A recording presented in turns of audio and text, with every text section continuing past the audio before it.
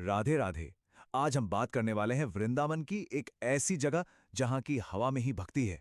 अगर वहां जाने का प्लान बन रहा है तो ये पूरी जानकारी आपके बहुत काम आने वाली है।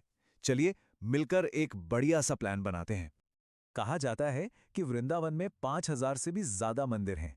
सोच सकते हैं, मतलब आप जहां भी नजर घुमाएंगे वहां आस्था का एक नया रंग, एक नई कहानी मिलेगी। ये शहर सच में बहुत खास है। तो इस पूरी बातचीत का मकसद एकदम सिंपल है। आपको एक ऐसा सीधा साधा प्लान देना जिससे आपकी वृंदावन यात्रा न सिर्फ आसान हो बल्कि हमेशा के लिए यादगार भी बन जाए। तो किसी भी ट्रिप की शुरुआत कहाँ से होती है? भाई सबसे पहले तो यही जानना होता है कि वहां पहुंचना कैसे है और रुकने का इंतजाम क्या है। तो चलिए सबसे पहले वृंदावन के लिए यही सब समझते हैं। अच्छा, वृंदावन पहुंचना कोई मुश्किल काम नहीं है। देखिए 3 ऑप्शन है, फ्लाइट, ट्रेन और बस। सबसे बढ़िया और पॉपुलर तरीका है ट्रेन वाला। मथुरा स्टेशन पर उतर जाइए, जो वृंदावन से बस 15 किलोमीटर दूर है। स्टेशन के बाहर से ही आपको करीब 50 रुपए में ऑटो मिल जाएगा, जो सीधा वृंदावन पहुंचा देगा। अब बात आती है रुकने की। देखिए, यहाँ बहुत सारी धर्मशालाएं और आश्रम है जो काफी बजट फ्रेंडली भी हैं। पर अगर एक खास सलाह चाहें तो कोशिश कीजिए कि पुराने वृंदावन में बांके बिहारी मंदिर के आसपास ही कहीं रुकें। उसका मजा ही कुछ और है। सुबह सुबह आरती और उन तंग भक्ति से भरी गलियों में घूमने का जो अनुभव मिलेगा ना, वो कमाल का होगा। तो ठीक है, पहुंच गए, रुकने का इंतजाम भी हो गया। अब घूमना शुरू करते हैं। और हाँ, हम अपनी यात्रा शुरू करेंगे शाम से, क्योंकि शाम के वक्त नए वृंदावन की रौनक देखने लायक होती है। हाँ, तो शाम से शुरू करने की एक बहुत बड़ी वजह है। ये एक जरूरी टिप है, इसे याद रखिएगा। वृंदावन में ज्यादातर मंदिर दोपहर 12 बजे से शाम के 4 बजे तक बंद हो जाते हैं, तो शाम को निकलना सबसे अच्छा है। तब तक मंदिर वापस खुल जाते हैं और माहौल में एक अलग ही एनर्जी होती है। तो शाम की हमारी पहली डेस्टिनेशन होगी माता वैष्णो देवी धाम। आप जैसे ही इसके पास पहुंचेंगे ना, एक बहुत ही विशाल मूर्ति दूर से ही आपका ध्यान अपनी तरफ खींच लेगी। सच में एक बहुत ही शानदार नजारा होता है वो। और वो मूर्ति कितनी ऊंची है? पूरी 141 फीट। मतलब बस अंदाजा लगाइए कितना भव्य लगता होगा। वैष्णो देवी धाम में माता रानी की ये प्रतिमा इतनी विशाल है कि इसे देखकर कोई भी बस देखता ही रह जाए। चलिए अब यहां से आगे बढ़ते हैं एक ऐसी जगह की तरफ जिसका नाम शायद सबने सुना होगा। हम बात कर रहे हैं विश्व प्रसिद्ध प्रेम मंदिर की। वृंदावन की यात्रा इसके बिना तो अधूरी है। देखिए, प्रेम मंदिर सिर्फ एक मंदिर नहीं है, ये तो कला का एक बेजोड़ नमूना है। इसे बनाने में 11 साल लगे थे और 100 करोड़ से भी ज्यादा का खर्चा आया था। और हाँ, इसे देखने का असली मजा रात में है। जब यहाँ लाइट्स जलती हैं, म्यूजिकल फाउंटेन शो होता है, तो वो नज़ारा देखने लायक होता है। यहाँ कृष्ण लीला के कई दृश्य भी दिखाए गए हैं। शाम को हम अपनी यात्रा खत्म करेंगे इस्कॉन मंदिर में। यहाँ का माहौल बस क्या कहने, पूरी तरह से एनर्जी और भक्ति से भरा हुआ। जब हरे कृष्ण की धुन पर भक्त झूमते हैं, नाचते गाते हैं, तो एक ऐसा माहौल बनता है जिसे भूलना नामुमकिन है। तो शाम का हमारा टूर पूरा हुआ। अब रात भर आराम करके अगली सुबह हम निकलेंगे पुराने वृंदावन की उन ऐतिहासिक तंग गलियों की सैर पर। और सुबह की शुरुआत होगी वृंदावन के दिल से, यानी श्री बांके बिहारी मंदिर से। ये यहाँ का सबसे प्रसिद्ध और सबसे ज्यादा माना जाने वाला मंदिर है।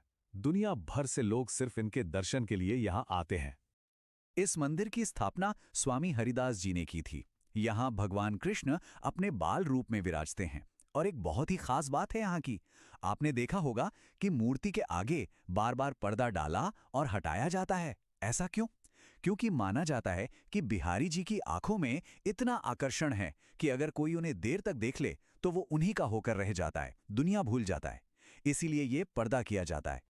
अच्छा, बांके बिहारी जी के दर्शन के बाद अब हम एक ऐसे मंदिर चलेंगे जो अपनी बनावट से आपको सच में हैरान कर देगा।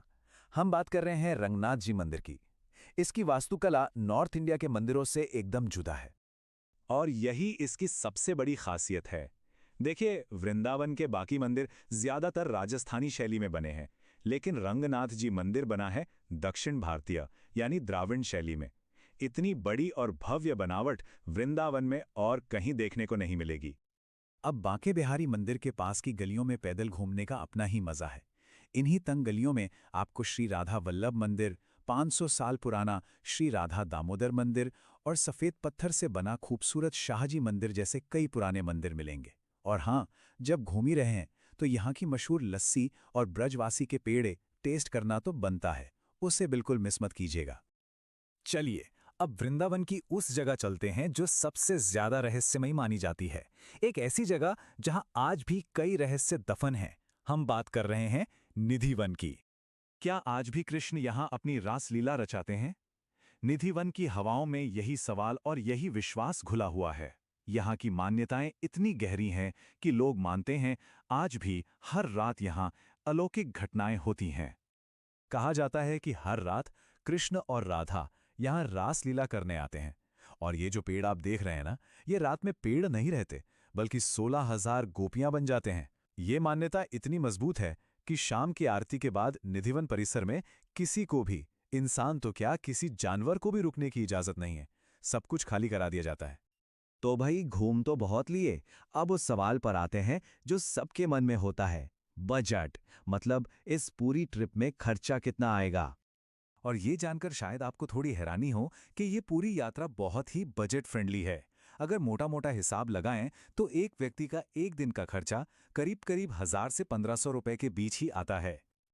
और इस 1000-1500 रुपए में क्या क्या आ जाएगा? इसमें आपका एक साफ सुथरी धर्मशाला में रुकना, ई रिक्शा और ऑटो से लोकल घूमना और बढ़िया सादा खाना पीना सब शामिल है। हाँ, इसमें शॉपिंग या कोई बड़ा दान शामिल नहीं है। मतलब आप बिना बजट की टेंशन लिए आराम से अपनी यात्रा पर फोकस कर सकते हैं। तो वृंदावन का कौन सा अनुभव है जो आपका इंतजार कर रहा है? क्या वो प्रेम मंदिर की जगमगाती शाम होगी, या फिर बांके बिहारी मंदिर की सुबह की दिव्य आरती, या शायद निधिवन का वो गहरा रहस्य? वृंदावन में हर किसी के लिए कुछ न कुछ खास है, बस उसे खोजने की देर है।